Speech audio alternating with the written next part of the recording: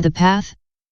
Why should it be necessary to observe morality, samadhi, and wisdom in order to finally find the path? Answer: beings find salvation by all sorts of different means.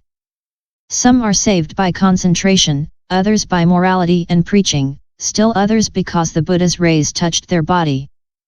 It is like a city with many gates.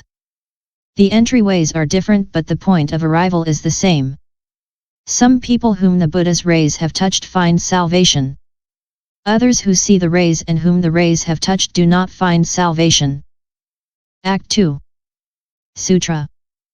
Then the Bhagavat smiled once more with all the pores of his skin and emitted rays that lit up the trisahasramahasahasralokadhatu and extended to universes of the 10 directions as numerous as the sands of the Ganges. All the beings who were touched by their brilliance were destined to supreme complete enlightenment. Sastra. Above, the Buddha smiled with his whole body. Why does he smile here with all the pores of his skin? Answer: when he smiled with all his body, he was smiling with a coarse part. Now when he smiles with all his pores, he is smiling with a subtle part. Moreover, when he smiled with his whole body, the rays could be counted. Now when he smiles with all his pores, his rays are innumerable. Finally, those who had not been saved by the rays emitted from his body now obtain salvation by encountering the rays emitted from his pores. Thus, when a tree is shaken to gather the fruit, the ripe fruit fall at once, but the tree must be shaken again to get the green fruit. The net must be cast in order to take fish and, if it is not full, it must be cast again until the fish are taken. As for the reasons for smiling, they are the same as above. Act 3. Sutra.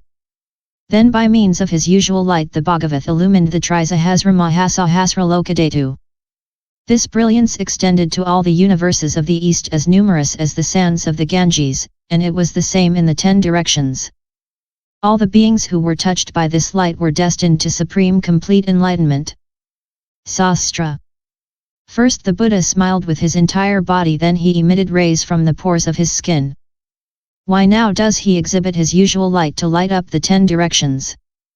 Answer: some people who have seen the different rays shooting out from the body and the pores of the Buddha believed that this was not the light of the Buddha.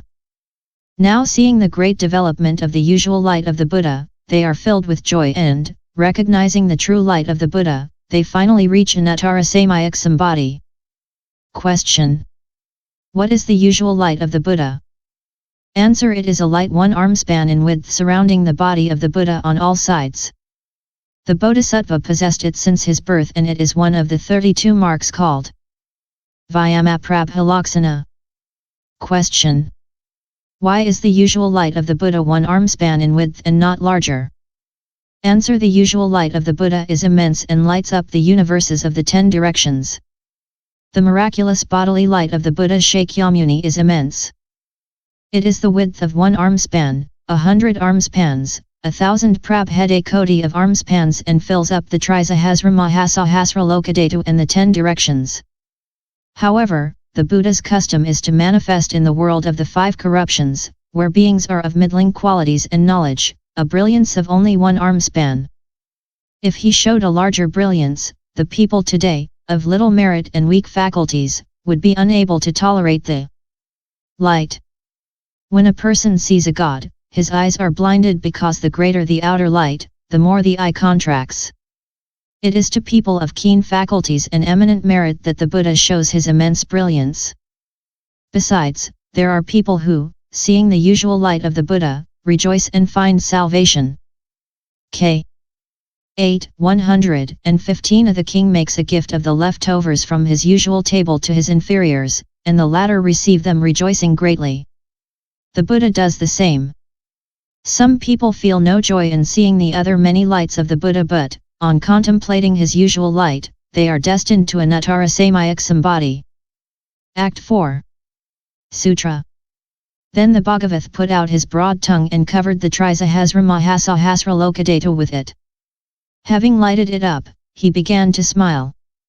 From his tongue there shot out innumerable millions of prabhedakotis of rays. On each of these rays appeared lotuses of precious jewels with 1,000 petals golden in color. On these lotuses sat magical Buddhas cross-legged preaching the 6 virtues. Beings who heard them were established in supreme complete enlightenment. Sastra. Question. The Buddha Bhagavat is venerable and respected. Why then does he put out his broad tongue? One would say out of thoughtlessness. Answer. 3 times the Buddha shot out rays of light previously that illumined the beings of the 10 directions and brought them to deliverance. Now, wishing to preach the mahaprajnaparamita, which is profound, difficult to sound out, difficult to understand and difficult to believe, he puts out his broad tongue as a test, for the words pronounced by such a big tongue are necessarily true. The Buddha's journey to Sala. Once, having spent the rains retreat in the country of Chopoti, the Buddha started out to travel followed by Ananda and was about to enter a village of Brahmins. Knowing that the miraculous power of the Buddha would convert his subjects, the king was very worried and agitated. If he comes here today, would everyone still love me? He said to himself. And so he issued the following edict. Whoever gives food to the Buddha or listens to his words will be fined 500 karspanas. Hardly had the edict been issued than the Buddha arrived.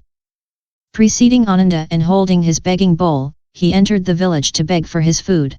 All the inhabitants had closed their doors and did not respond. The Buddha returned with his bowl empty.